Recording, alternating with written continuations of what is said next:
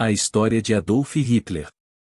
Adolf Hitler nasceu em 20 de abril de 1889 em Braunau uma cidade da Áustria-Hungria, hoje em dia localizada na Áustria, próximo à fronteira do Império Alemão.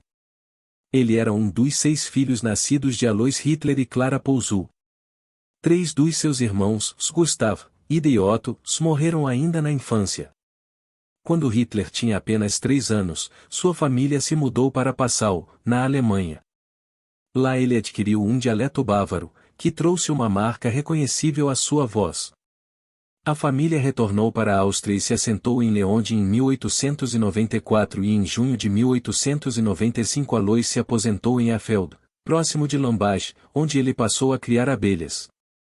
Hitler estudou numa Volksschule, escola pública, próximo a Fischallen. A mudança para Afeld coincidiu com o aumento nos conflitos pai-filho causados pela recusa de Hitler de se conformar à estrita disciplina de sua escola. A ideia da fazenda de abelhas de Alois Hitler em Afeld terminou em fracasso e em 1897, a família se mudou para Lambach. Aos 8 anos de idade Hitler começou a ter aulas de canto e chegou a se apresentar no coral de sua igreja. Neste período até considerou virar padre. Em 1898 retornou novamente para Leonding. A morte do seu irmão mais novo, Edmund, devido ao sarampo, em 1900, afetou muito Hitler. Ele mudou de uma pessoa confiável, extrovertida e um aluno consciencioso para um rapaz taciturno e desapegado que batia de frente com seus pais e professores. Alois havia feito sucesso na carreira como funcionário público da alfândega e queria que seu filho seguisse seus passos.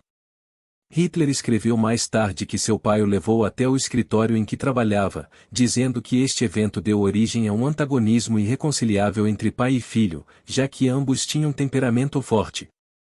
Ignorando a vontade do filho de frequentar uma escola clássica e se tornar um artista, Alois enviou Hitler para um Realschule, uma escola secundária, em Linz em setembro de 1900. Hitler rebelou-se contra esta decisão e no livro Mein Kampf afirmou que propositalmente foi mal na escola, esperando que uma vez que seu pai visse o pouco progresso que fazia na escola técnica ele o deixaria perseguir seu sonho numa escola artística. Como muitos austríacos alemães, Hitler começou a desenvolver ideias nacionalistas pan-germânicas desde muito jovem. Ele expressava apoio à Alemanha, desprezando a decadente monarquia de Habsburgo e seu império multiétnico. Hitler e seus amigos cumprimentavam-se com o Heil e cantavam o Deutschlandlied em vez do hino imperial austríaco. Após a repentina morte de Alois em 3 de janeiro de 1903, o desempenho de Hitler na escola deteriorou-se e a mãe dele permitiu que abandonasse os estudos naquele momento. Ele então se matriculou em uma Realschule em Steyr em setembro de 1904, onde seu comportamento e desempenho escolar melhoraram. Em 1905, após passar no exame final, Hitler deixou a escola sem ambições de aprofundar os estudos ou fazer planos de carreira. Juventude em Viena e Munique.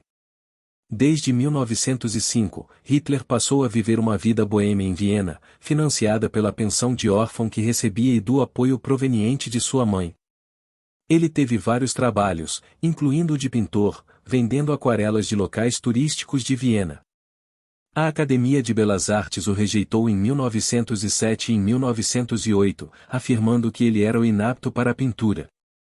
O diretor da academia sugeriu que Hitler estudasse arquitetura, que também era do seu interesse, mas ele não tinha as qualificações acadêmicas já que não tinha terminado a escola secundária. Em 21 de dezembro de 1907, sua mãe morreu de câncer de mama aos 47 anos. Hitler acabou ficando sem dinheiro e foi forçado a viver em abrigos para sem-tetos. No tempo que vivia lá, Viena era um viveiro de preconceito religioso e racismo. O medo de serem sobrepujados por imigrantes vindos do leste europeu era grande e o prefeito populista Karl Lueger explorava a retórica antissemita para fins políticos. O nacionalismo alemão estava em alta no distrito de Marialiu, onde Hitler vivia. O nacionalista Georg Ritter von Schonerer, que advogava o pangermanismo, antissemitismo, antieslavismo e anticatolicismo, era uma grande influência para Hitler. Ele lia jornais como o Deutsches Volksblatt, que espalhava preconceito e cultivava o medo dos cristãos de serem inundados pelo influxo de judeus do leste. Hitler também lia jornais que pregavam o darwinismo social e exploravam algumas das ideias dos filósofos Nietzsche, Le Bon e Schopenhauer. Era hostil ao que ele via como a germanofobia católica e demonstrou admiração por Martinho Lutero. A origem do antissemitismo de Hitler e a primeira vez que ele a expressou é motivo de debates. Ele afirmou no Mein Kampf que se tornou um antissemita em Viena. Seu amigo próximo, August Kubitzer, afirmou que Hitler era um convicto antissemita ou antes de deixar Linz. Várias fontes dão evidência que Hitler tinha amigos judeus quando jovem no começo da sua estadia em Viena. O historiador Richard J. Evans diz que os historiadores agora geralmente concordam que seu notório e assassino antissemitismo surgiu com força após a derrota alemã na Primeira Grande Guerra, como uma paranoia da Deutschlegende, lenda da punhalada pelas costas. Hitler recebeu a parte final da pensão do seu pai em maio de 1913 e se mudou para Munique, no sul da Alemanha. Historiadores acreditam que ele deixou Viena para fugir do alistamento do exército austro-húngaro. Hitler mais tarde afirmou que não queria servir no exército austríaco devido à alta miscigenação das forças armadas. Após ser julgado inapto para o serviço, ele falhou em um exame físico em Salzburgo em 5 de fevereiro de 1914 e retornou para Munique. Primeira Guerra Mundial. Quando eclodiu a Primeira Guerra Mundial, Hitler vivia em Munique. Embora fosse um cidadão austríaco, ele se voluntariou no exército da Baviera. Um relatório feito pelas autoridades bávaras em 1924 diz que Hitler serviu no exército local por erro. Tecnicamente, como austríaco, ele não podia servir no exército alemão. Ele se juntou ao 16º Regimento Reserva de Infantaria Bávara, primeira companhia do regimento, servindo como mensageiro na frente ocidental na França e na Bélgica, uma função perigosa, que envolvia exposição a fogo inimigo, em vez da proteção proporcionada por uma trincheira. Serviu também parte do tempo no quartel-general do regimento em Fournes-en-Vepes. Ele esteve presente nas batalhas de Ypres, do Somme, onde foi ferido, de Arras e em Passchendaele da L. Ele foi condecorado por bravura, recebendo a Cruz de Ferro, de segunda classe, ao fim de 1914. Sob recomendação do oficial judeu Hugo Gutmann, Hitler recebeu outra medalha, a Cruz de Ferro de primeira classe, em 4 de agosto de 1918, uma condecoração raramente dada a um soldado de sua patente, Gefreiter. Ele também recebeu o distintivo de ferido em 18 de maio de 1918. A folha de serviço de Hitler, no geral, foi exemplar, mas nunca foi promovido além de cabo, que era a patente mais alta oferecida a um estrangeiro no exército alemão à época. Durante seu serviço no quartel-general, Hitler continuou seu trabalho como artista, fazendo desenhos e ilustrações para o Jornal do Exército. Durante a Batalha do Somme, em outubro de 1916, ele foi ferido na coxa quando um disparo de artilharia caiu perto de sua posição. Hitler passou 2 meses em um hospital em Belitz, retornando ao seu regimento em 5 de março de 1917. Em 15 de outubro de 1918, ele foi cegado temporariamente por gás mostarda durante um ataque e foi hospitalizado em Pasewalk. Enquanto estava lá, Hitler foi informado da derrota da Alemanha. Segundo ele próprio, ao receber esta notícia, sofreu novamente por cegueira devido à tristeza. Hitler descreveu seu tempo na guerra como a maior das experiências. Ele foi muito elogiado por seus oficiais superiores devido à bravura que demonstrava. A experiência em combate reforçou seu patriotismo, fazendo dele um nacionalista apaixonado. Hitler ficou chocado com a capitulação da Alemanha em novembro de 1918. A amargura a respeito do colapso do esforço de guerra moldou sua ideologia. Como muitos outros nacionalistas alemães e veteranos de guerra, ele acreditava no Deutschlegende, a teoria da punhalada nas costas, que consistia na ideia de que o exército alemão, invicto no campo de batalha, fora traído e apunhalado pelas costas pela liderança política civil e pelos marxistas, que mais tarde foram chamados pelos nazistas de os criminosos de novembro. O Tratado de Versalhes de 1919 julgou que a Alemanha era a única responsável pela guerra e portanto deveria ser severamente punida. O país perdeu várias partes do seu território e a região estratégica da Renânia foi desmilitarizada. O tratado também impôs pesadas sanções econômicas e exigiu que o país pagasse grandes reparações para as nações vencedoras. Muitos alemães viram o tratado como uma humilhação injusta. O rancor com o Tratado de Versalhes, junto com a grave crise econômica, social e política do pós-guerra na Alemanha, seria explorado por Hitler para fins políticos. O início da carreira política. Após a Primeira Guerra Mundial, Hitler retornou para Munique. Sem uma educação formal ou prospectos de carreira, ele decidiu permanecer no exército. Em julho de 1919, ele foi apontado como Verbindungsmann, agente de inteligência, Aufklärungskommando, comando de reconhecimento, do Reichswehr, do novo exército alemão, com o propósito de influenciar outros soldados e se infiltrar no Partido Alemão dos Trabalhadores, DAP. Enquanto monitorava as atividades do DAP, Hitler foi atraído pelo fundador do partido, Anton Drexler, e sua retórica antissemita, nacionalista, anticapitalista e antimarxista. Drexler favorecia um governo forte e ativo, uma versão não judaica do socialismo, como ele descrevia, e solidariedade entre os membros da sociedade. Impressionado com as capacidades oratórias de Hitler, Drexler o convidou para se juntar ao DAP.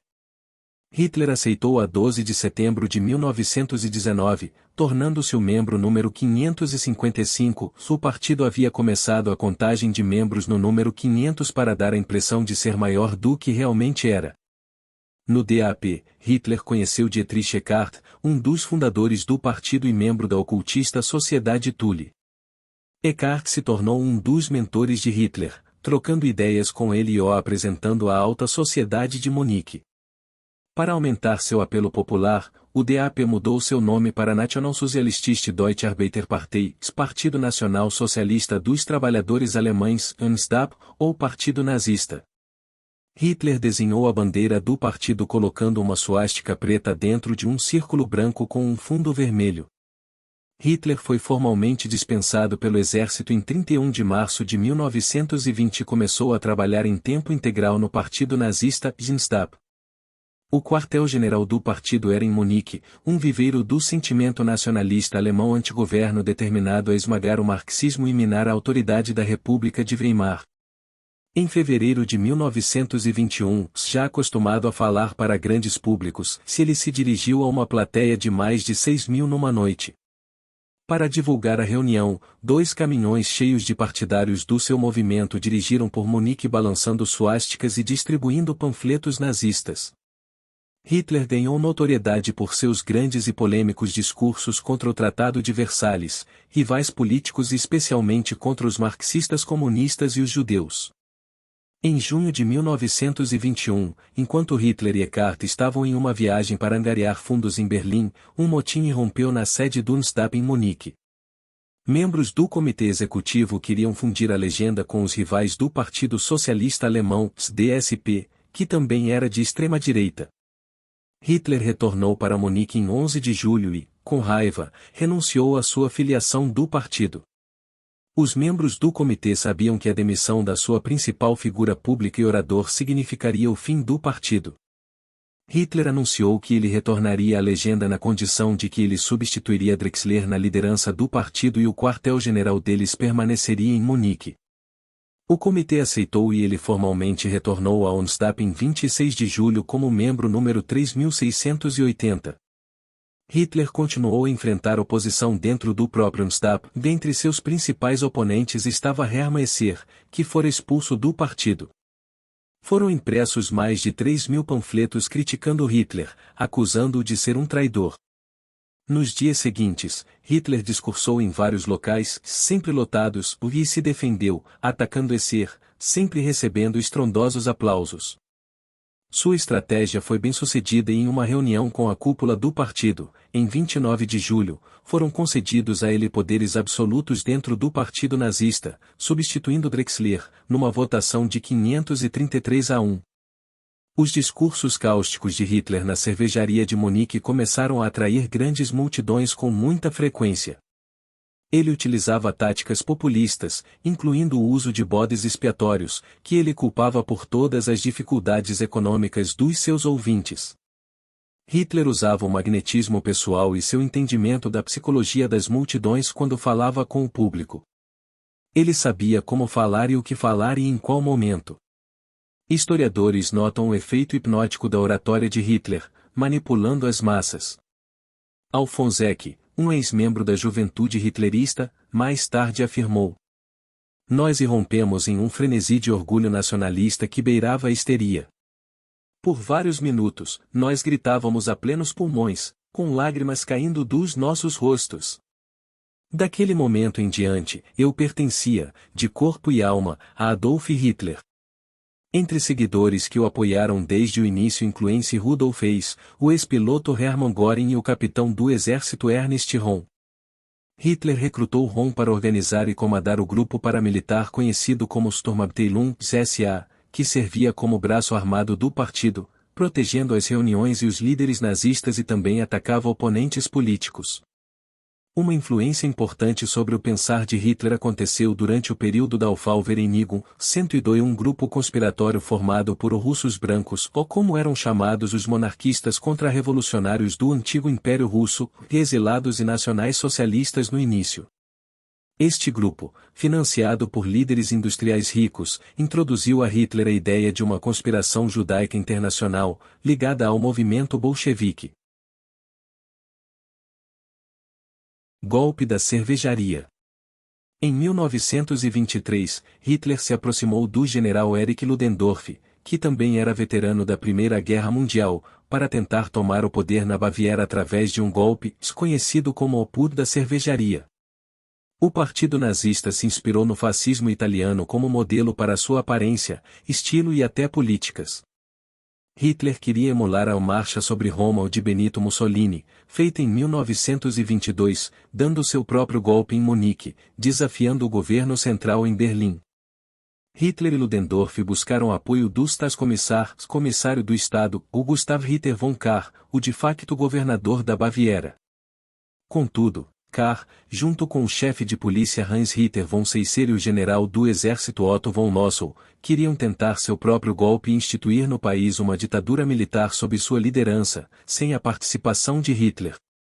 Em 8 de novembro de 1923, Hitler e vários membros da SA invadiram uma reunião pública, organizada por Kahr, onde 3.000 pessoas estavam reunidas na Burgerbräukeller, uma grande cervejaria de Munique. Interrompendo o discurso de Kahr, ele anunciou que a Revolução Nacional havia começado e declarou a formação de um novo governo com Ludendorff. Numa sala nos fundos, Hitler, com uma pistola em mãos, exigiu o apoio de Kahr, Seisser e Lossow. Eles, temporariamente, concordaram. As tropas de Hitler inicialmente conseguiram ocupar o quartel-general do Reichswehr e da polícia, mas Kahr e seus colegas retiraram seu apoio e fugiram. As forças de segurança da Baviera decidiram não apoiar Hitler. No dia seguinte, os nazistas marcharam da cervejaria até o prédio do Ministério da Guerra Bávaro para derrubar o governo local, mas a polícia estava preparada e abriu fogo contra as multidões, dispersando-os. 16 membros do Nstab e 4 policiais morreram no fracassado golpe. Hitler fugiu para a casa de Ernst Steinguhl, um membro do partido, e lá chegou a considerar o suicídio. Ele estava deprimido, mas calmo quando foi preso pelas autoridades locais em 11 de novembro de 1923 sob acusação de alta traição. Foi levado à Corte Popular de Munique e seu julgamento começou em fevereiro de 1924. Alfred Rosenberg assumiu interinamente a liderança do partido. Hitler usou o julgamento em seu benefício, usando a publicidade que a tentativa de golpe fracassada lhe trouxe. Ele discursou em defesa própria e chamou a atenção de muita gente para sua causa. Ainda assim, em 1 de abril, Hitler foi sentenciado a 5 anos de prisão em Landsberg. Lá, ele foi muito bem tratado pelos guardas e foi permitido que recebesse constantes visitas de camaradas do Nstab, além de cartas e encomendas de apoiadores. Após ser perdoado pela Suprema Corte da Baviera, foi liberado da cadeia em 20 de dezembro de 1924, sob objeções do Procurador-Geral do Estado. Incluindo o tempo da prisão preventiva, Hitler ficou apenas um pouco mais de um ano na prisão. Enquanto estava preso em Landsberg, Hitler ditou boa parte do seu livro Mein Kampf, Minha Luta, originalmente chamado de 4 anos e meio de lutas contra mentiras, estupidez e covardia, para o seu ajudante, Rudolf Hess. O livro, dedicado ao membro da Sociedade Thule e amigo Dietrich Eckart, era uma autobiografia e exposição de suas ideologias. O livro detalhou os planos de Hitler para transformar a sociedade alemã em uma baseada na raça. Algumas passagens do livro deixavam explícita a ideia de genocídio. Publicado em 2 volumes, em 1925 e 1926, vendeu pelo menos 228 mil cópias entre 1925 e 1932. 1 milhão de cópias foram vendidas em 1933, o primeiro ano de Hitler no poder. Pouco antes de Hitler poder entrar com um pedido de condicional, o governo da Baviera tentou extraditá-lo para a Áustria. Contudo, o chanceler da Áustria, Rudolf Hameck, recusou o pedido, argumentando que o serviço no exército alemão tornará nula sua cidadania austríaca. Hitler renunciou à sua cidadania austríaca em 7 de abril de 1925. Reconstruindo o Partido Nazista. Na época em que Hitler foi solto da cadeia, a situação política na Alemanha havia se tornado menos combativa e a situação da economia havia melhorado, limitando as oportunidades políticas de Hitler para agitação política. Como resultado do golpe fracassado, o Partido Nazista e suas organizações filiadas foram banidas da Baviera. Após um encontro com Heinrich Held, então primeiro-ministro bávaro, em 4 de janeiro de 1925, Hitler concordou em respeitar a autoridade do Estado e prometeu que buscaria poder político agora apenas por meios democráticos. Um mês depois da reunião, o Partido Nazista deixou de ser banido e voltou à ativa. Hitler, contudo, foi barrado de fazer discursos públicos, mas este banimento foi suspenso também em 1927. Para avançar suas ambições políticas, apesar destes contratempos, Hitler nomeou Gregor Strasser, Otto Strasser e Joseph Goebbels para organizar e fazer crescer o Partido Nazista no norte da Alemanha. Um grande organizador, Gregor Strasser dirigiu um curso político mais independente, enfatizando os elementos socialistas do programa do partido. Em 29 de outubro de 1929, na Terça-feira Negra, a Bolsa de Valores dos Estados Unidos quebrou. O impacto atingiu o mundo todo, inclusive a Alemanha. Várias empresas fecharam as portas, resultando em milhares de desempregados. Bancos faliram, causando um colapso parcial do sistema financeiro da nação. Hitler e os nazistas tomaram vantagem da situação emergencial para angariar apoio ao partido. Eles prometeram ao povo repudiar o Tratado de Versalhes, fortalecer a economia e garantir empregos e oportunidades. Ascensão ao poder. A Grande Depressão forneceu a Hitler uma ótima oportunidade política. Os alemães estavam ambivalentes sobre a República Parlamentarista, que enfrentava forte oposição de extremistas de esquerda e direita. Já os partidos moderados não conseguiam competir com os radicais. No referendo de 1929, o povo alemão votou, por grande maioria, repudiar o pagamento de reparações de guerra estipulados no Tratado de Versalhes. A ideologia nazista, neste período, ganhou muito apoio popular. As eleições de setembro de 1930 resultaram na quebra da Grande Coalizão, substituindo a administração do país por um governo de minoria.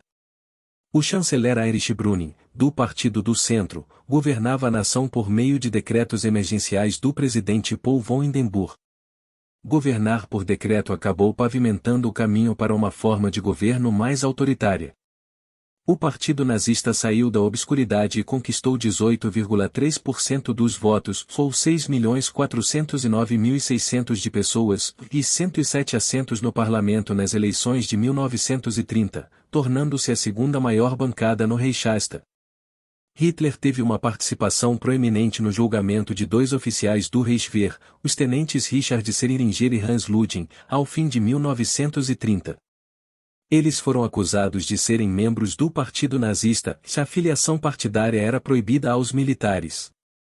A acusação disse que os nazistas eram extremistas e o advogado de defesa, Hans Frank, chamou Hitler para testemunhar. Em 25 de setembro de 1930, Hitler afirmou novamente que buscaria poder político apenas pela via democrática. Seu discurso neste julgamento chamou a atenção do corpo de oficiais do exército e muitos lá passaram a apoiá-lo. As medidas de austeridade do chanceler Brüning trouxe poucos resultados e eram tremendamente impopulares. Hitler explorou isso em suas mensagens políticas para o povo, falando especialmente às classes mais baixas que eram mais extensamente afetadas pela hiperinflação e a retração econômica. Assim, os nazistas conquistaram bastante apoio de fazendeiros, veteranos de guerra e trabalhadores da classe média. Apesar de Hitler ter renunciado à sua cidadania austríaca em 1925, demorou cerca de 7 anos para ele se tornar cidadão alemão. Isso significava que, na prática, ele era um apátrida e não podia se candidatar a um cargo público e até podia ser deportado. Em 25 de fevereiro de 1932, o ministro do Interior de Brunswick, Dietrich Klages, que era membro do Partido Nazista, nomeou Hitler como administrador da delegação do Estado para o Reich em Berlim, fazendo de Hitler um cidadão de Brunswick, e assim um alemão. Em 1932, agora como pleno cidadão alemão, Hitler concorreu contra Paul von Hindenburg nas eleições presidenciais. A 27 de janeiro de 1932, ele fez um discurso no Clube Industrial de Düsseldorf e lá conquistou o apoio dos principais empresários industriais alemães. Hindenburg tinha apoio de vários partidos nacionalistas, monarquistas, católicos e republicanos, e até mesmo dos sociais-democratas. Hitler usou como slogan de campanha a frase O Hitler über Deutschland, o Hitler sobre a Alemanha, uma referência às suas ambições políticas e sua campanha, sendo que ele viajava muito de aeronave pelo país. Ele foi um dos primeiros políticos a usar viagens de avião para fins políticos e utilizava este método rápido de viagem de forma eficiente. Hitler terminou em segundo lugar nesta eleição, ganhando cerca de 36% dos votos, ou 13.418.517 de pessoas. Apesar de ele ter perdido o pleito para Hindenburg, esta eleição estabeleceu Hitler como uma figura forte na política alemã. Indicação para chanceler.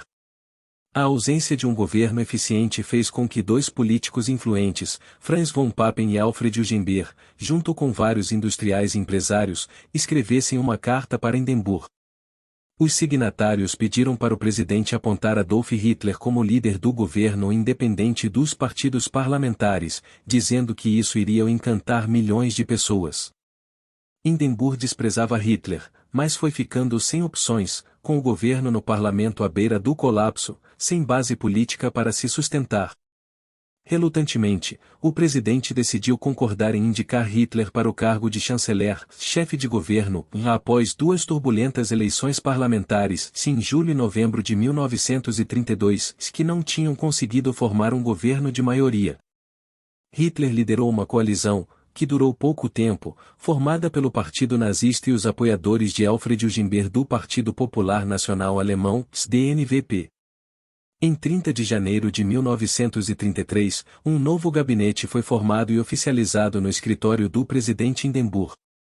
O Partido Nazista ganhou 3 postos no governo e Hitler passou a ser o chanceler, Wilhelm Frick o ministro do interior do país e Hermann Göring o ministro do interior da Prússia. 143 Hitler queria estes postos ministeriais pois ele almejava controlar por completo a polícia alemã. Incêndio do Reichstag e eleições de março. Como chanceler, Hitler trabalhou para impedir que os oponentes do Partido Nazista se unificassem e tentassem formar um governo de coalizão de maioria contra ele. A oposição, contudo, não conseguia se unificar, com os comunistas e socialistas não se entendendo com os partidos sociais-democratas de esquerda. Com o impasse político se acentuando no Reichstag, Hitler pediu para o presidente Hindenburg dissolver o parlamento e convocar novas eleições para março. Em 27 de fevereiro de 1933, o prédio do Reichstag pegou fogo e ficou parcialmente destruído.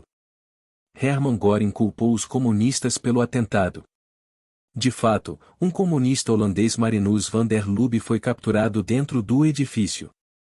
De acordo com o historiador britânico Sir Ian Kershaw, o consenso entre os acadêmicos era que van der Lubbe possivelmente foi mesmo responsável pelo incêndio.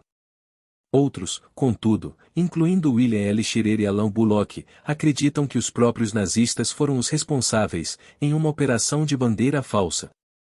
Por insistência de Hitler, Hindenburg aprovou o decreto do incêndio do Reichstag de 28 de fevereiro de 1933, que suspendeu vários direitos civis e permitiu que o governo fizesse prisões sem mandato judicial. O decreto era permitido devido ao artigo 48 da Constituição de Weimar, que dava ao presidente poderes emergenciais para proteger a população e manter a ordem pública. As atividades do Partido Comunista Alemão, KPD, foram reprimidas e mais de 4.000 comunistas foram presos. Além da campanha política, o partido nazista engajou em violência paramilitar nas ruas e espalhou propaganda anticomunista antes das próximas eleições. No dia do pleito, a 6 de março de 1933, os nazistas conquistaram 43,9% dos votos, ou 17.277.180 de pessoas, e se tornaram o maior partido no parlamento. Ainda assim, o partido de Hitler não tinha maioria absoluta para formar um governo de maioria, necessitando fazer outra coalizão com o DNVP. Dia de Potsdam e Lei Habilitante de 1933. Em 21 de março de 1933, o novo Reichstag foi constituído com uma cerimônia feita na Igreja Garrison em Potsdam. O Dia de Potsdam deveria demonstrar a unidade entre o movimento nazista e a velha elite prussiana e militar. Hitler utilizava um fraque e humildemente com toda a reverência cumprimentou o presidente Hindenburg. Para conquistar controle político total, apesar de não ter maioria absoluta no parlamento, o governo de Hitler levou para votação no recém-eleito Reichstag o projeto de lei Ermächtigung 6, lei habilitante de 1933. A lei, oficialmente chamada Gesetzesüberbung der Notwendigkeit vom Reich, lei para redimir a angústia do povo e do Reich, deu a Hitler e seu gabinete de governo o poder de passar leis sem o consentimento do parlamento por um período de 4 anos. Estas leis, com certas exceções, não eram contempladas pela Constituição. Já que iria afetar a Constituição, a lei habilitante precisava da aprovação de 2/3 do parlamento para passar. Deixando nada ao acaso, os nazistas utilizaram provisões aprovadas no decreto do incêndio do Reichstag para prender 81 deputados comunistas e impediram que muitos parlamentares de esquerda, como os sociais-democratas, participassem da votação. Em 23 de março de 1933, o Reichstag se reuniu na Casa de Ópera Kroll sob circunstâncias turbulentas. Linhas de homens da SA serviam como guardas dentro do prédio, enquanto grandes grupos de opositores da proposta gritavam slogans de discórdia e ameaças durante a chegada dos parlamentares no prédio. 157 A posição do Partido do Centro, a terceira maior legenda do Reichstag, era decisiva. Após Hitler verbalmente prometer a Ludwig Kays, o líder deste partido, que Hindenburg reteria o poder de veto, Kays anunciou que seus correligionários apoiariam a lei habilitante. No final, a lei passou por 441 votos a 84, com todos os partidos, exceto os sociais-democratas, votando a favor. Os comunistas foram impedidos de participar. A lei habilitante, junto com o decreto do incêndio do Reichstag, transformou, legalmente, o governo de Adolf Hitler em uma ditadura de facto. 158. Tendo alcançado o poder legislativo e executivo total, Hitler e seus aliados iniciaram o processo de reprimir a oposição. O Partido Social Democrata foi banido e seus bens apreendidos. Enquanto várias lideranças de sindicatos estavam em Berlim para as atividades do Dia de Maio, soldados das SA atacaram escritórios dos líderes de sindicatos por todo o país. Em 2 de maio de 1933 todos os sindicatos foram dissolvidos e seus presidentes foram presos. Muitos foram enviados para os recém-abertos campos de concentração, onde os nazistas passaram a aprisionar os seus oponentes políticos. A Frente Alemã para o Trabalho, uma organização que visava representar todos os trabalhadores, administradores e donos de companhias, foi criada refletindo o conceito nazista de Volksgemeinschaft, comunidade do povo. Em 1934, Hitler se tornou o chefe de Estado da Alemanha sob o título de Führungskanzler, líder e chanceler do Reich. Ao fim de junho, vários partidos, não só de esquerda, passaram a ser dissolvidos. Isto incluiu o antigo parceiro de coalizão dos nazistas, o DNVP, com a ajuda dos paramilitares da SA. Hitler forçou seu líder, Alfred Hugenberg, a renunciar em 29 de junho. 2 semanas depois, o Partido Nazista foi declarado o único partido legal na Alemanha. A ascensão da SA como uma força política e militar causava ansiedade entre as elites militares, industriais e políticas na Alemanha. Em resposta, Hitler decidiu expurgar a liderança da SA na chamada Nacht der Langen Messer, ou a Noite das Facas Longas, que aconteceu de 30 de junho a 2 de julho de 1934. Hitler mirou no seu velho amigo Ernst Röhm e em outros líderes da SA que, junto com outros adversários políticos, como Gregor Strasser e Kurt von Schleicher, foram presos e executados. Enquanto várias nações e muitos alemães ficaram chocados com os assassinatos, a maioria da população da Alemanha acreditava que estas ações eram simplesmente Hitler restaurando a ordem no país. O presidente Hindenburg, então prestes a completar 87 anos de idade, ficou desorientado ao ser informado sobre o massacre. Em 2 de agosto de 1934, o presidente Paul von Hindenburg faleceu. No dia anterior, o gabinete de governo aprovou a lei sobre o mais alto cargo do Reich, que afirmava que, caso Hindenburg morresse, o cargo de presidente seria abolido e seus poderes seriam fundidos aos do chanceler da Alemanha. Hitler, então, tornou-se tanto chefe de Estado quanto de governo, sendo formalmente chamado agora de Führungskanzler, líder e chanceler. Assim, ele derrubou o único remédio legal que poderia removê-lo do cargo. Sua ditadura estava agora firmemente estabelecida. Como chefe de Estado, Hitler se tornou o comandante em chefe das Forças Armadas. O tradicional juramento de lealdade feito pelos militares passou a ser um voto de lealdade pessoal a Hitler. Em 19 de agosto, a fusão da presidência e da chancelaria foi aprovada por quase 90% da população mediante plebiscito. No começo de 1938, Hitler usou de chantagem para consolidar seu poder sobre os militares instigando o caso Blomberg-Fritz. Hitler forçou seu ministro da guerra, o Marechal Werner von Blomberg, a renunciar usando um dossiê que dizia que a nova esposa de Blomberg já tinha sido uma prostituta. O comandante do exército, o coronel-general Werner von Fritz foi removido do seu cargo também após a Schutzstaffel, SS, produzir alegações de que ele tinha tido uma relação homossexual no passado. Na verdade, ambos estes homens haviam caído em desgraça com Hitler quando eles se opuseram à ordem do Führer para Wehrmacht se preparar para uma guerra até 1938. Hitler substituiu o Ministério da Guerra pelo Oberkommando der Wehrmacht, OKW, ou o Alto Comando das Forças Armadas, sob a chefia do general Wilhelm Keitel. No mesmo dia, 16 generais foram demitidos dos seus cargos e outros 44 foram transferidos. Todos estes homens eram suspeitos de não serem tão pró-nazismo. Em fevereiro de 1938, mais 12 generais foram afastados dos seus cargos. Hitler queria dar à sua ditadura toda a aparência de legalidade. Várias das leis que ele passou eram protegidas pelo decreto do incêndio do Reichstag e assim respeitando o artigo 48 da Constituição de Weimar. O parlamento renovou a lei de habilitante mais 2 vezes, cada uma por um período de 4 anos. Enquanto eleições para o Reichstag continuaram, em 1933, 1936 e 1938, era apresentada aos eleitores uma lista com candidatos nazistas e pró-nazistas, que levaram em cada eleição pelo menos 90% dos votos válidos. A votação não era secreta, os nazistas ameaçavam com duras represálias quem votasse contra ou aqueles que pretendessem não votar. Hitler, ditador da Alemanha. Em agosto de 1934, Hitler nomeou o presidente do Reichsbann, Hjalmar Schacht, como novo ministro da Economia e no ano seguinte, iniciou os processos de reforma econômica para preparar o país para a guerra. A reconstrução e rearmamento do país foram financiados pelas leis Mefovecel, imprimindo dinheiro e tomando bens de pessoas presas como inimigos do Estado, incluindo milhares de judeus.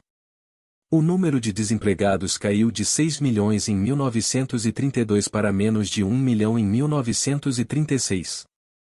Hitler supervisionou um extenso programa de reorganização e melhorias da infraestrutura da Alemanha, levando à construção de represas, autobahns, ferrovias e outras obras públicas.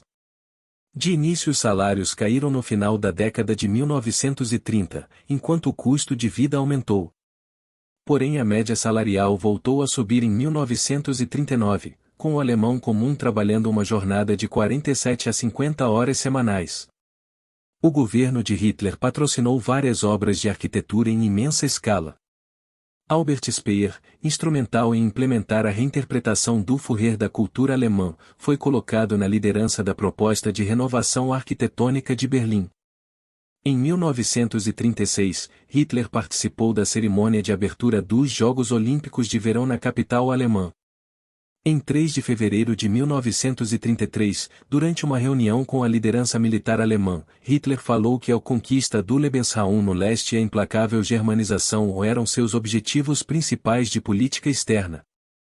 Em março, o príncipe Bernhard Wilhelm von Bülow, secretário do Auswärtiges e Ministério de Relações Exteriores, emitiu uma declaração dos principais objetivos de política externa do país, no Anschluss com a Áustria, a restauração das fronteiras nacionais de 1914 da Alemanha, rejeição de todas as restrições militares impostas pelo Tratado de Versalhes, devolução das colônias alemãs na África e a criação de uma zona de influência alemã na Europa Oriental. Hitler achava, na verdade, que os objetivos de Bülow modestos demais.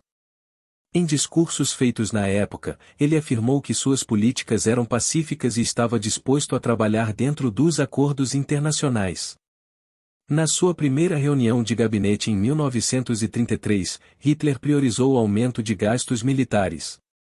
Hitler retirou a Alemanha da Liga das Nações e da Conferência para o Desarmamento em Genebra em outubro de 1933.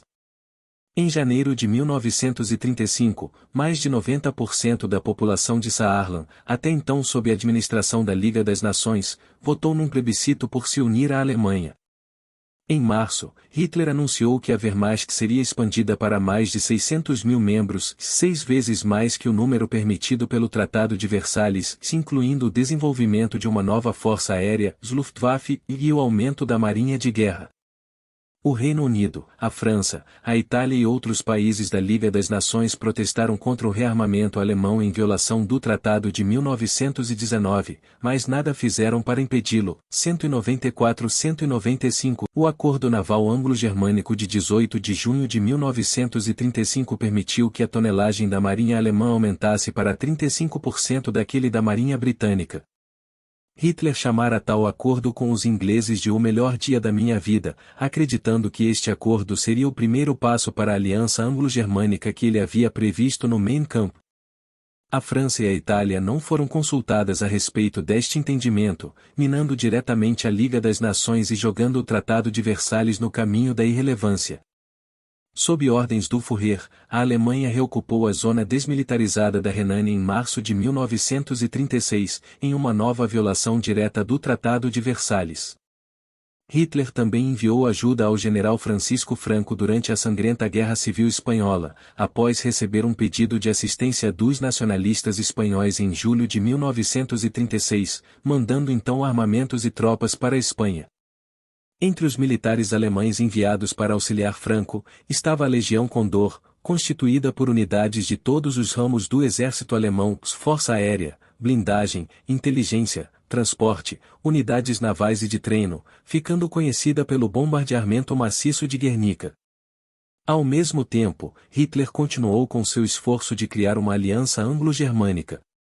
Em agosto de 1936, em resposta a um princípio de crise econômica devido aos gastos com o rearmamento, Hitler ordenou que Göring implementasse o Wehrjahresplan, plano de 4 anos, para preparar a Alemanha para a guerra nos próximos 4 anos. O plano previa uma luta total entre os judeus bolchevistas e o nazismo alemão, onde Hitler pretendia prosseguir com o rearmamento do país, independentemente do custo econômico. O conde Galeazzo Ciano, ministro de Relações Exteriores do governo de Benito Mussolini, declarou um eixo Alemanha e Itália, e em 25 de novembro de 1936, os alemães assinaram o Pacto Anticominter com o Japão. Reino Unido, China, Itália e Polônia também foram convidados para se unir a este pacto, que tinha como propósito defender as nações do comunismo, mas apenas os italianos aceitaram, assinando o acordo em 1937. Hitler abandonou seu plano de uma aliança anglo-germânica, culpando-a inadequada liderança política britânica. Em uma reunião na chancelaria do Reich com seus ministros de Estado e chefes militares, em novembro de 1936, Hitler voltou a falar de suas intenções de estabelecer o Lebensraum para o povo alemão. Ele ordenou que preparações fossem feitas para uma guerra no leste, para começar, no mais cedo, em 1938 ou, no mais tardar, em 1943. Ele acreditava que a queda no padrão de vida na Alemanha como resultado de uma crise econômica poderia apenas ser parada por uma agressão militar para anexar a Áustria e ocupar a Tchecoslováquia.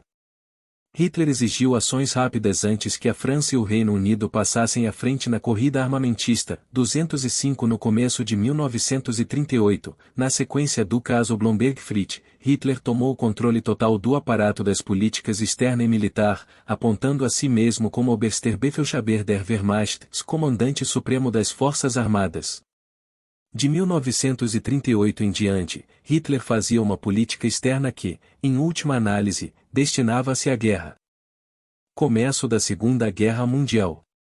Em discussões privadas em 1939, Hitler declarou que o Reino Unido era o principal inimigo do país e que a Polônia deveria ser obliterada como prelúdio para a guerra com os ingleses. O flanco leste da Alemanha tinha que estar seguro e terras da Lebensraum adicionadas ao país.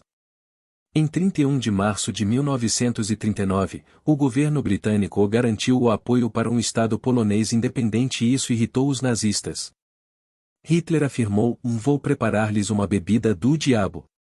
Em um discurso em Wilhelmshaven para o lançamento do navio de guerra Tirpitz, em 1 de abril, ele ameaçou romper o acordo naval anglo-germânico se os britânicos continuassem a dispensar apoio para os poloneses, numa política que ele descreveu como um cerco.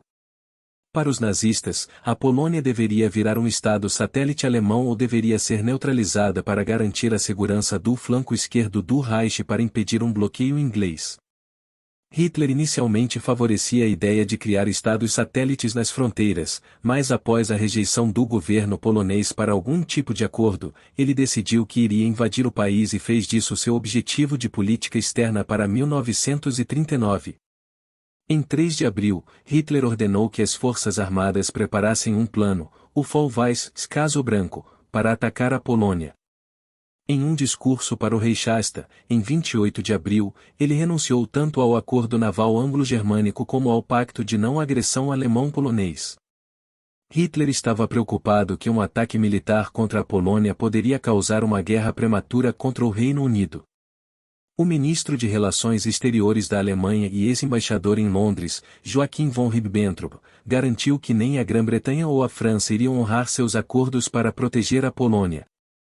Assim, em 22 de agosto de 1939, Hitler ordenou uma mobilização militar contra os poloneses.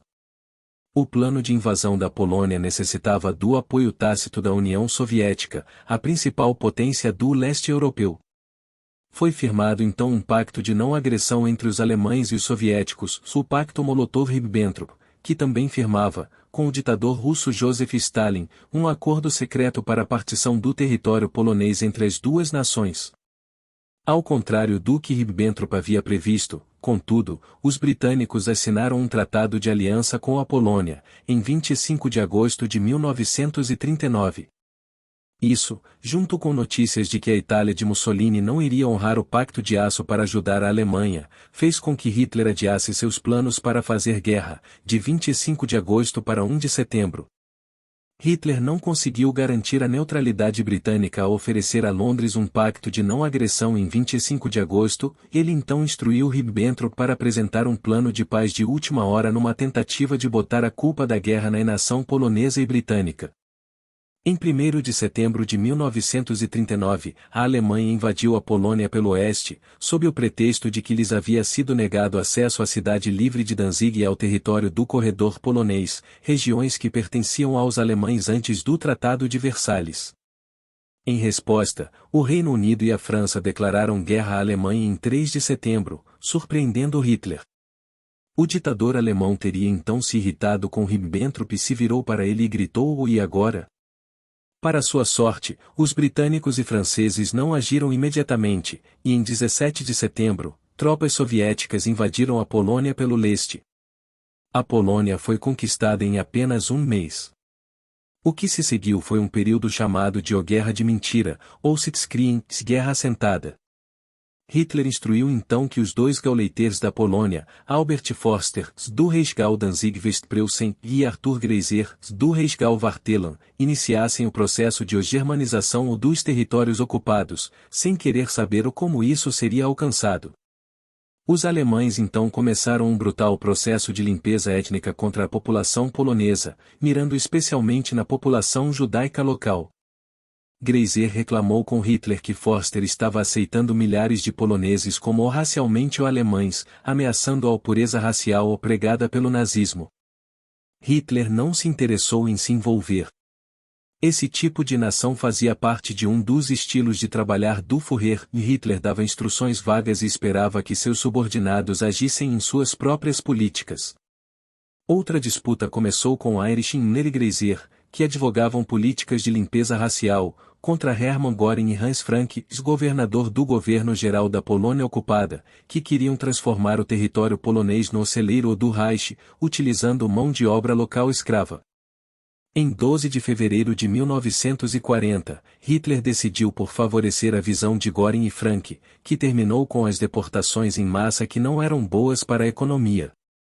A partir de maio de 1940, milhares de poloneses passaram a ser usados como escravos para suprir a máquina de guerra da Alemanha.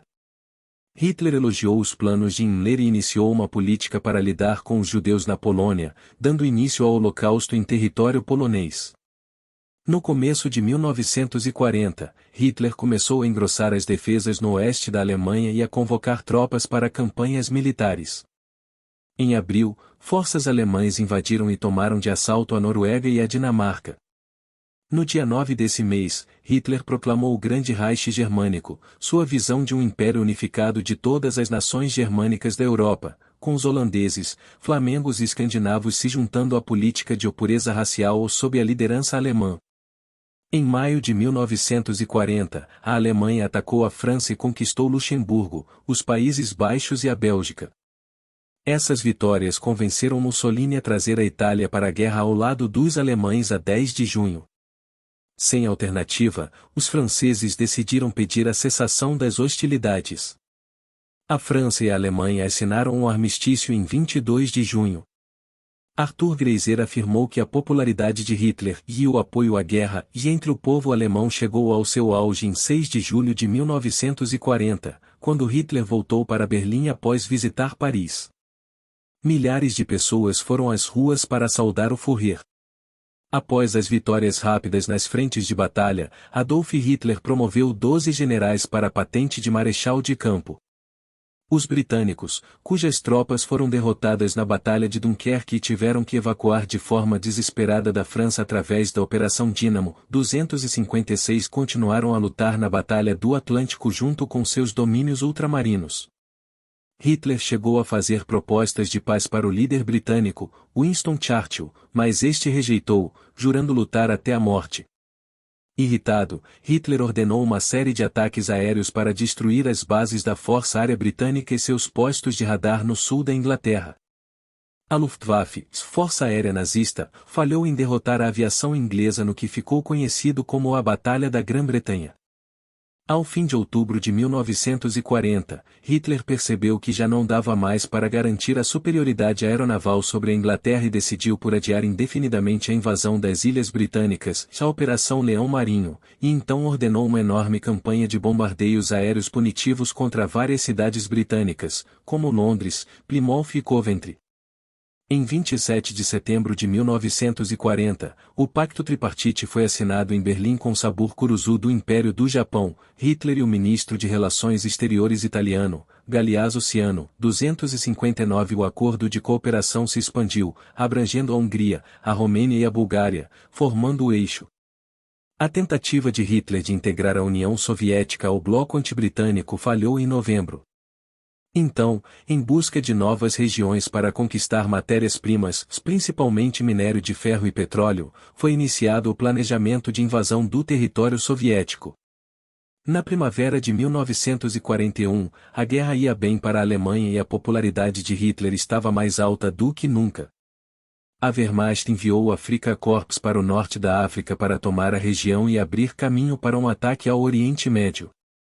Em fevereiro, os alemães chegaram à Líbia para apoiar os italianos.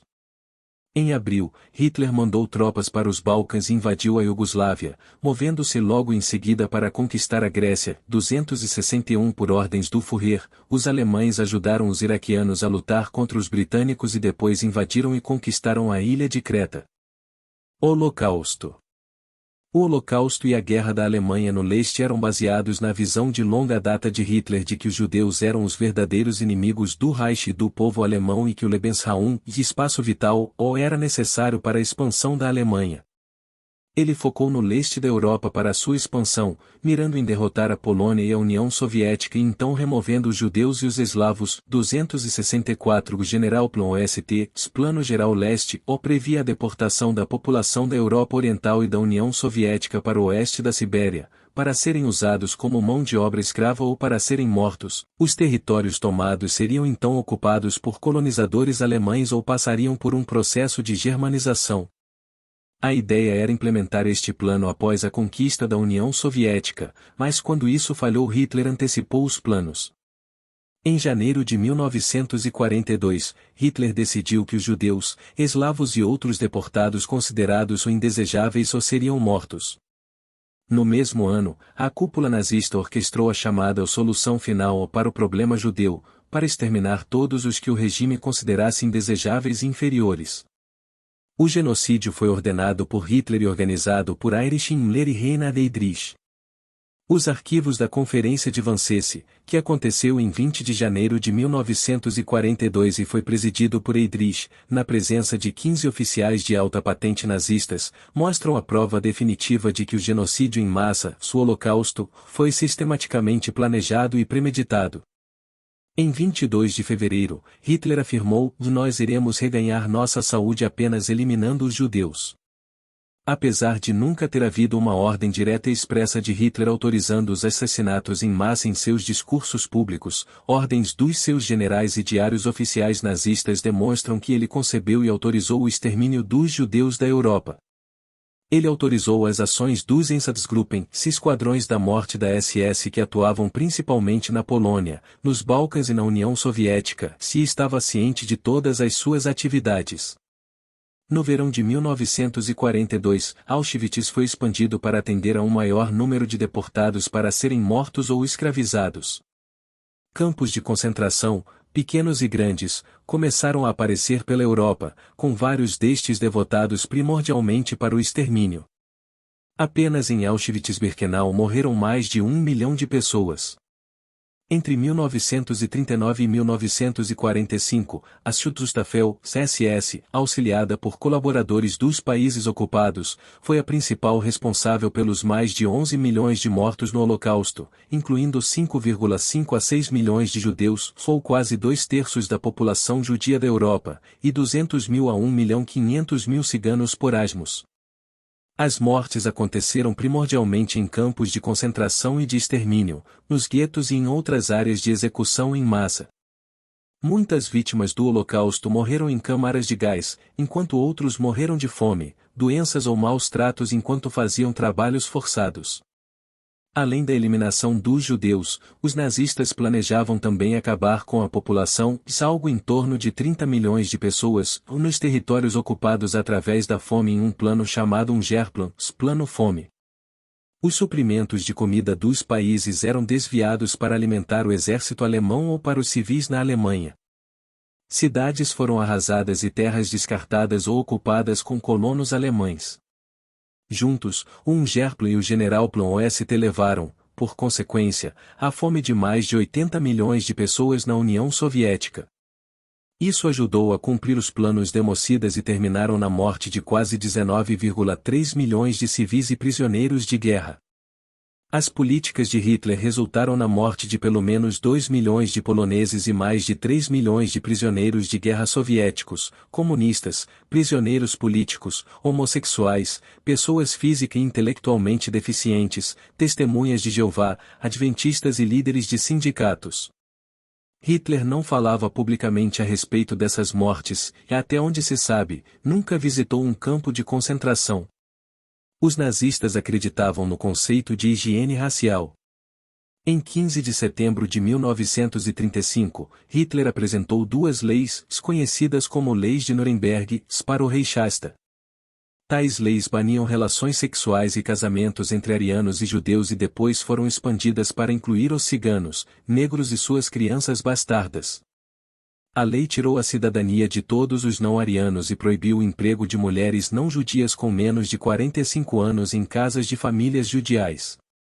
As políticas de eugenia de Hitler miravam crianças com deficiências ou que tinham problemas de desenvolvimento em geral em um programa chamado de Kindereuthanasie, e depois ele autorizou um programa de eutanásia para adultos com sérios problemas mentais e deficiências físicas, no que ficou conhecido como Action T4. O caminho para a derrota. Em 22 de junho de 1941, quebrando o pacto de não agressão firmado em 1939, cerca de 4 milhões de soldados do eixo invadiram a União Soviética. Esta ofensiva, codinome Operação Barbarossa, tinha como objetivo destruir o Estado soviético e assumir o controle dos seus abundantes recursos naturais para alimentar a máquina de guerra nazista contra o Ocidente. O ataque inicial foi um sucesso, com as forças alemãs conquistando várias regiões, incluindo a região Báltica, a Bielorrússia e o oeste da Ucrânia. Em agosto de 1941, as forças do eixo avançaram mais de 500 quilômetros dentro do território soviético. Logo após as tropas nazistas terem derrotado o Exército Vermelho na Batalha de Smolensk, Hitler ordenou que o grupo de exércitos centro temporariamente se detivesse nas cercanias de Moscou e enviou tropas para cercar Leningrado e Kiev. Seus generais discordaram disso, preferindo ter focado suas forças em avançar contra a capital russa.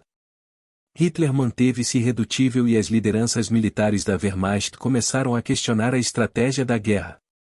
Esta parada deu tempo para o exército soviético se reorganizar e mobilizar suas reservas. A decisão de Hitler de atrasar o ataque contra Moscou é considerada como um dos maiores erros táticos do conflito. Em novembro de 1941 Hitler finalmente ordenou que a ofensiva contra Moscou recomeçasse, mas o avanço terminou em desastre em dezembro. Em 7 de dezembro de 1941, o Japão lançou um ataque contra a base americana de Pearl Harbor, no Havaí. 4 dias mais tarde, Hitler declarou guerra contra os Estados Unidos. Seus conselheiros, como o seu ministro de Relações Exteriores, o Conde Ribbentrop, tentaram dissuadi-lo disso, mas Hitler achava que confrontar os americanos poderia trazer apoio dos japoneses na sua luta contra a União Soviética, mas Tóquio estava ocupado demais lutando na Guerra do Pacífico. Para muitos historiadores, esta decisão foi mais um erro de cálculo de Hitler. Em 18 de dezembro de 1941, Himmler perguntou a Hitler, o que fazer com os judeus da Rússia, e recebeu como resposta, Vals partisanen ausrotten, ou extermínios como partisans. O historiador israelense Yehuda Bauer afirma que esta ordem é provavelmente a coisa mais perto que os acadêmicos chegaram de encontrar uma ordem específica de genocídio por parte do Führer durante o Holocausto. Em setembro de 1942, no norte da África, as forças alemãs foram derrotadas na Segunda Batalha de El Alamein, estragando os planos de Hitler de tomar o Canal de Suez e o Oriente Médio. Ainda superconfiante de suas capacidades devido às suas vitórias militares em 1940, Hitler começou a nutrir desconfiança no alto comando do exército e começou a interferir com mais frequência nas decisões táticas, o que não foi bom para o esforço de guerra. Entre dezembro de 1942 e janeiro de 1943, Hitler se recusou a acatar qualquer conselho dado a ele e deu ordens para que o 6º Exército Alemão, preso em Stalingrado, no sul da Rússia, não se retirasse e lutasse até as últimas consequências. A decisão foi desastrosa, com as tropas alemãs sendo derrotadas e sofrendo pesadas baixas. Mais de 200.000 soldados do eixo foram mortos e outros 235.000 foram feitos prisioneiros, incluindo 91.000 alemães. Após outro revés na Batalha de Kursk, meses mais tarde, o julgamento de Hitler se tornou mais errático, com a posição econômica e militar alemã se deteriorando, assim como a própria saúde de Adolf Hitler. Após a invasão aliada da Sicília em meados de 1943, Mussolini foi removido do cargo de primeiro-ministro da Itália, após receber um voto de desconfiança do Grande Conselho do Fascismo, com apoio do rei Vítor Emanuel III. O marechal Pietro Badoglio assumiu o controle do governo e logo começou a negociar a rendição do seu país para os aliados. Enfurecido, Hitler ordenou que a Wehrmacht invadisse a Itália, prolongando os combates naquela nação. Enquanto isso, na frente leste, entre 1943 e 1944, os exércitos da União Soviética empurravam as forças de Hitler para trás. Em 6 de junho de 1944, os aliados ocidentais abriram a tão esperada Segunda Frente, desembarcando no norte da França com uma grande invasão anfíbia, a Operação Overlord. Muitos oficiais do exército alemão concluíram então que a derrota era inevitável e que continuar sob a liderança de Hitler levaria à destruição completa da Alemanha. Entre 1939 e 1945, vários alemães tentaram assassinar Hitler, fracassando todas as vezes. A maioria aconteceu dentro da Alemanha e a resistência alemã ganhou mais força com o passar do tempo, quando a derrota parecia mais iminente. Em 1944 foi organizado o atentado de 20 de julho, através da Operação Valkyria, planejado pelo coronel Klaus von Stauffenberg, que plantou uma bomba no quartel-general do Führer, a Toca do Lobo, Wolfschanze, em Rastenburg. Hitler sobreviveu com alguns poucos ferimentos. Mais de 4.900 alemães foram mortos nas represálias nazistas. A derrota e morte de Hitler. Ao fim de 1944, o Exército Vermelho e os aliados ocidentais, principalmente os Estados Unidos, o Reino Unido e a França Livre, continuavam avançando a todo vapor contra a Alemanha. Paris havia sido libertado e o exército alemão havia quase que completamente sido expulso da França, da Bélgica e Países Baixos. Na Itália, as forças nazifascistas também recuavam para o norte, mas o principal perigo estava no leste, com Stalin tomando os países da Europa Oriental um a um. Assim, reconhecendo a força e determinação dos soviéticos, Hitler decidiu que seria quebrando as linhas do inimigo no Ocidente que a maré da guerra poderia mudar em favor dos alemães. Ele então começou a planejar um ataque contra os americanos e ingleses. Em 16 de dezembro, os nazistas lançaram a ofensiva das Ardenas para tentar desunir os aliados e talvez convencê-los assim a parar de lutar. Apesar de sucessos iniciais, a Batalha das Ardenas terminou em fracasso e as últimas reservas de homens e máquinas da Alemanha foi perdida. No começo de 1945, a situação dos alemães era precária. Aviões aliados bombardeavam o país dia e noite, deixando várias cidades alemãs e seus principais centros industriais em ruínas. O exército estava em frangalhos e pouco podia fazer a não ser recuar em todas as frentes de batalha.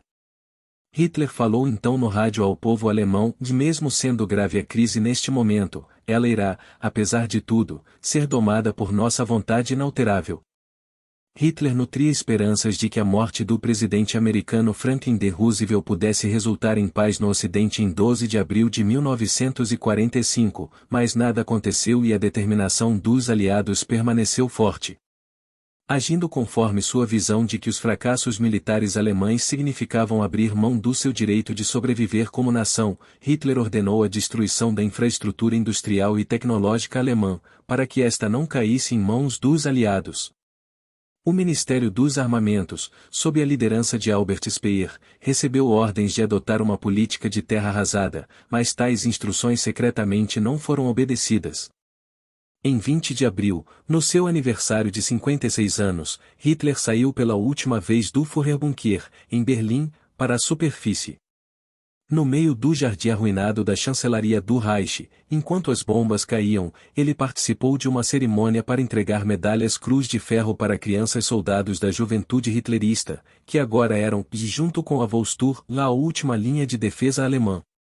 Em 21 de abril, as tropas do Marechal Georg Zhukov derrotaram as forças do general Gotthard Lenicy na Batalha de Seelov e começaram a atacar as cercanias de Berlim. Em negação da situação precária, Hitler acreditava que o destacamento Armeeabteilung Steiner, sob comando do general Felix Steiner, da Waffen-SS, poderia vir do norte e se juntar ao 9º Exército, do general Theodor Busse, para atacar os russos em um movimento de pinça. Durante uma conferência com seus líderes militares em seu bunker, em 22 de abril de 1945, Hitler perguntou se Steiner já tinha começado o seu ataque. Porém falaram a ele que a ofensiva sequer tinha começado e que as tropas soviéticas já estavam marchando por Berlim. Hitler pediu então para que todos, exceto Wilhelm Keitel, Alfred Jodo, Hans Krebs e Wilhelm Burgdorf-Furdorf, deixassem a sala e então começou a gritar irritado. Ele afirmou que as lideranças das forças armadas eram incompetentes e traidoras, e pela primeira vez, declarou que tudo estava perdido. Hitler anunciou que permaneceria em Berlim até o amargo final e não seria capturado vivo, preferindo se suicidar. Em 23 de abril, o Exército Vermelho cercava completamente Berlim e já havia tomado alguns pontos estratégicos na cidade. Joseph Goebbels, agora praticamente o segundo no comando do Terceiro Reich, fez uma declaração para que o povo berlinense pegasse em armas para defender a cidade. No mesmo dia, Hermann Göring enviou um telegrama para Berchtesgaden, falando que Hitler estava isolado em Berlim e que ele, Göring, assumiria o comando da Alemanha afirmando que o Führer logo estaria incapacitado. Hitler respondeu ordenando a prisão de Göring e tirando dele todas as suas posições no governo. Em 28 de abril, Hitler descobriu que Heinrich Himmler, chefe das SS, havia deixado a capital 8 dias antes e estava tentando negociar a paz com os aliados ocidentais. Ele ordenou que Himmler também fosse preso e autorizou a execução de Hermann Fegelein, seu representante de Himmler no QG do Führer. Enquanto isso, Hitler, que naquela altura já tinha perdido a noção da realidade, movendo exércitos imaginários no seu mapa, ordenou que o general Walter Wenck atacasse e quebrasse o cerco a Berlim, mas ele foi detido em Potsdam e, contrariando ordens do Führer, retirou-se com seus soldados para o oeste e, logo depois, rendeu-se aos americanos, enterrando qualquer possibilidade de salvar a capital alemã. Perto da meia-noite de 29 de abril, Hitler se casou com a sua amante de longa data Eva Braun em uma pequena cerimônia dentro do Führerbunker. Após um café da manhã com sua nova esposa, Hitler ditou seu testamento político para sua secretária particular Traudl Junge. O evento foi testemunhado e os documentos assinados por Krebs, Burgdorf-Furdorf, Goebbels e Martin Bormann. Logo depois, na parte da tarde, Hitler foi informado da execução de Mussolini, que havia sido preso e torturado antes de morrer, e depois teve seu corpo pendurado em praça pública para ser cuspido pela população. Isso aumentou a determinação de Hitler de se suicidar para evitar a captura e deu ordens específicas para que seu cadáver fosse queimado e seus restos escondidos. A 30 de abril de 1945, as tropas soviéticas estavam a apenas algumas horas de marcha da chancelaria do Reich. Hitler então cometeu suicídio com um tiro na cabeça e sua mulher, Eva Braun, ingeriu uma cápsula de cianeto. Seus corpos foram levados para fora do bunker no jardim atrás da chancelaria, onde foram colocados dentro de uma cratera de bomba e encharcados em gasolina, enquanto nos arredores as bombas russas caíam. Os corpos foram então incendiados. O almirante Karl Dönitz e o ministro Joseph Goebbels assumiram os postos de Hitler de chefe de Estado e chanceler, respectivamente. Berlim se rendeu em 2 de maio. A Alemanha nazista capitulou formalmente 6 dias depois. O dia da vitória finalizou a guerra na Europa.